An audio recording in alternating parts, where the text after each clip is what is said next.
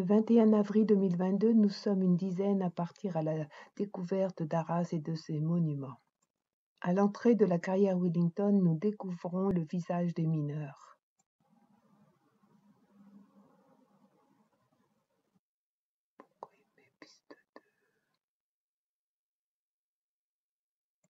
Équipés du casque de l'époque assez lourd, nous découvrons le réseau de galeries souterraines. Elles ont permis d'épargner la vie de nombreux soldats alliés en les faisant passer par le sous-sol. Les forces britanniques ont fait de ces souterrains un véritable cantonnement capable d'accueillir près de 24 000 hommes, soit l'équivalent de la population de la ville d'Arras à la veille de la bataille d'Arras du 9 avril 1917. Les tunneliers néo-zélandais, au nombre de 500, ont aménagé 20 km de réseau souterrain débouchant devant les lignes allemandes. Ils ont donné le nom des principales villes de leur pays afin de s'y repérer. Le réseau souterrain est une carte mentale de leur pays. Ces anciennes carrières de calcaire révèlent des graffitis, des objets témoignant de cette histoire hors du commun.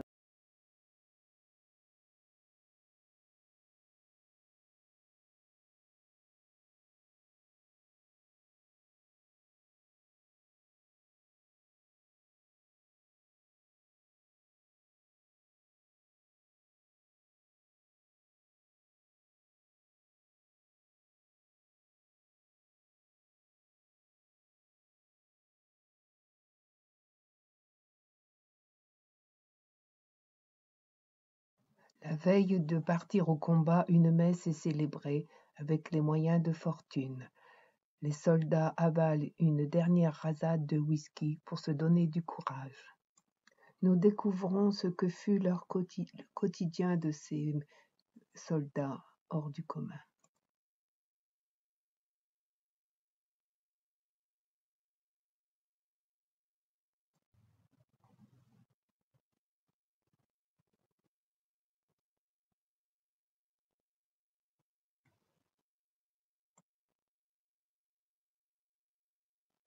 Une projection cinématographique nous relate l'histoire de cette préparation de cette guerre.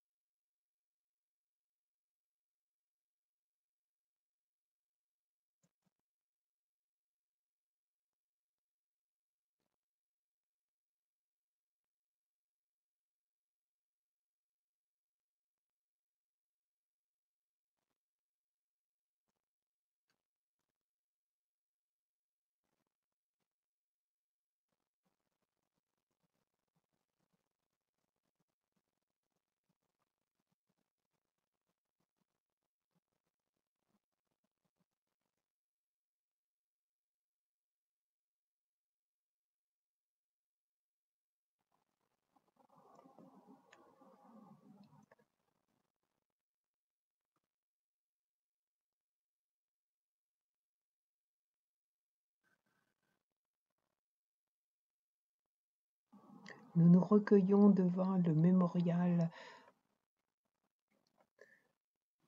À la sortie, nous découvrons la silhouette d'un tunnelier creusé au cœur d'une coupe des carrières, œuvre en bronze rendant hommage au tunnelier néo-zélandais.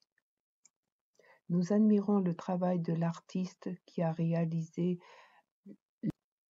représenté les soldats avec leur équipement différent selon la nationalité.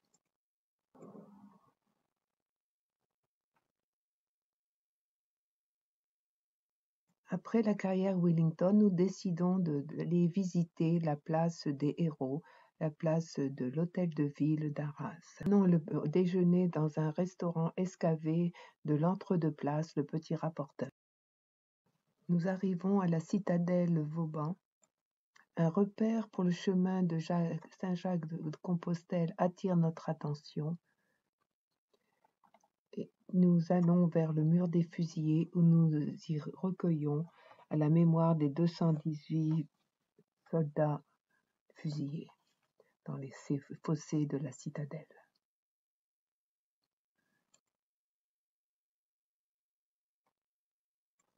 Nous faisons une halte à la chapelle pour nous y recueillir. Nous repartons en traversant la grande cour pavée et en admirant l'architecture des bâtiments. C'est ainsi que s'achève notre escapade arageoise.